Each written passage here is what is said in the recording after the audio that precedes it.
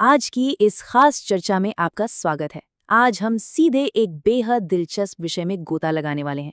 हम बात करेंगे बॉस्टन कंसल्टिंग ग्रुप यानी बीसीजी की एक बहुत ही बेहतरीन स्टडी के बारे में। ये स्टडी रिटेल बैंकों के उस छिपे हुए डेटा आर्किटेक्चर को डिकोड करती है जिसे हम और आप बाहर से तो नहीं देख सकते, लेकिन यकीन मानिए यही वो चीज़ है जो हमारे पूरे बैंकिंग अनुभव को कंट्रोल करती है। अब आप सोच रहे होंगे कि डेटा अरेंजमेंट इतना इम्पोर्टेंट क्यों है। तो बात दरअसल ये है कि कोई बैंक पर्दे के पीछे अपने डेटा को किस तरह से स्ट्रक्चर कर रहा है, अंततः वही तय करता है कि ग्राहकों का अनुभव कैसा होगा और बैंक की बैलेंस शीट कितनी मजबूत होगी। ये सिर्फ कोई आईटी या टेक डिपार्टमेंट का मुद्दा नहीं है, बल्कि सच कहें तो ये बैंक के बिजनेस की रीढ़ की हड्डी है। तो चलिए बिना देर किए बॉस्टन कंसल्टिंग ग्रुप के इस फ्रेमवर्क को समझते हैं। बीसीजी ने रिटेल बैंकिंग प्रक्रियाओं को बहुत बारीकी से स्टडी किया और उनकी तकनीक और कस्टमर इंटरफेस के आधार पर इसे मुख्य रूप से 4 ब्रॉड मॉडल्स में बांट दिया। उन्होंने जो 4 कैटेगरीज बनाई वो आपके सामने हैं। इन्हें आप एक स्पेक्ट्रम की तरह इमेजिन कर सकते हैं। इसके एक एंड पर वो आर्किटेक्चर है जो पूरी तरह से सिर्फ प्रोडक्ट पर फोकस करता है और दूसरे एंड पर वो आर्किटेक्चर है जो पूरी तरह से इंटीग्रेटेड है और सिर्फ कस्टमर पर फोकस करता है। दुनिया का हर बैंक इसी स्पेक्ट्रम पर कहीं ना कहीं स्टैंड करता है। कॉन्सेप्ट को बिल्कुल क्लियर करने के लिए आइए स्पेक्ट्रम के दोनों एक्सट्रीम्स यानी दोनों किनारों पर चलते हैं। इससे हमें इन दोनों विपरीत कार्यप्रणालियों का बेसिक फंडा समझ में आ जाएगा। क्षैतिज यानी हॉरिजॉन्टल मॉडल को आप अलग अलग कंटेनर्स या साइलोज की तरह देख सकते हैं।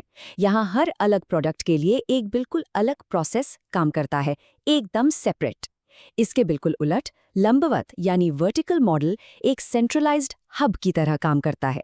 आसान शब्दों में कहें तो वर्टिकल मॉडल में एक ही कस्टमर डेटाबेस होता है जो सारे प्रोडक्ट्स को सपोर्ट करता है, आपकी सारी जानकारी बस एक ही जगह। लेकिन देखिए, रियल वर्ल्ड में चीज़ें हमेशा ब्लैक एंड वाइट नहीं होती, है ना। यहीं पर आता है हमारा यथार्थवादी मिडिल ग्राउंड। असल में कई बैंक इन दोनों एक्सट्रीम मॉडल्स के बीच का रास्ता अपनाते हैं, जिसे हम मुख्य रूप से या प्रिडोमिनेंटली मॉडल कहते हैं। उदाहरण के लिए मुख्य रूप से क्षैतिज मॉडल को ही ले लीजिए। ये इंटीग्रेशन की तरफ बस एक छोटा सा कदम है। इसमें बैंक पूरी तरह से अलग अलग खानों में बटे रहने के बजाय कुछ सिलेक्टेड प्रोडक्ट लाइंस के बीच कस्टमर का डेटा शेयर करना शुरू कर देते हैं। ये पूरी तरह सेंट्रलाइज्ड तो नहीं है, लेकिन हाँ, शुरुआत यहीं से होती है। और दूसरी तरफ आता है मुख्य रूप से लंबवत मॉडल। अब ये डेफिनेशन इतनी इंपॉर्टेंट क्यों है? क्योंकि जब ज्यादातर प्रोडक्ट्स का डेटा आपस में जुड़ा होता है तो बैंक को आपकी एक कंप्लीट 360 डिग्री प्रोफाइल दिख जाती है। और जैसे ही बैंक के पास ये डिटेल आती है, उनके लिए क्रॉस सेलिंग करना, जैसे कि आपको लोन के साथ इंश्योरेंस या क्रेडिट कार्ड ऑफर करना, बहुत ही आसान हो जाता है। चलिए, थ्योरी तो बहुत हो गई, अब एक बहुत ही प्रैक्टिकल सवाल पर आते हैं। ये सब सुनने में तो बहुत अच्छा लगता है, लेकिन आज के मॉडर्न बैंक्स असल जिंदगी में इनमें से कौन सा मॉडल इस्तेमाल कर रहे हैं? इसे समझने के लिए हमें रियल वर्ल्ड बैंकिंग स्ट्रैटेजीज को देखना होगा। आइए देखते हैं कि कैसे हमारे जाने पहचाने बैंक इस बीसीजी फ्रेमवर्क में फिट बैठते हैं और उनके इस चुनाव का उनके डेली ऑपरेशंस पर क्या असर पड़ता है। अगर हम इन पैटर्न्स को गौर से देखें तो एक साफ तस्वीर उभरती है। हमारी जो पारंपरिक पब्लिक सेक्टर बैंक्स हैं वो आज भी ज्यादातर उसी पुराने क्षैतिज ढांचे से चिपके हुए हैं, लेकिन वहीं जो नए जमाने के प्राइवेट बैंक्स हैं वो पूरी तरह से सेंट्रलाइज्ड वर्टिकल हब की तरफ शिफ्ट हो चुके हैं। और विदेशी बैंक वो भी मुख्य रूप से लंबवत मॉडल का ही जमकर इस्तेमाल कर रहे हैं। लेकिन बाजार की असली खूबसूरती तो उसकी बारीकियों में है। हर नियम के कुछ अपवाद होते हैं, जैसे ज्यादातर पीएसबीज भले ही हॉरिजॉन्टल हों, लेकिन वेस्ट इंडिया का एक पब्लिक सेक्टर बैंक अपनी क्रॉस सेलिंग बढ़ाने के लिए खास तौर पर मुख्य रूप से लंबवत मॉडल का इस्तेमाल कर रहा है।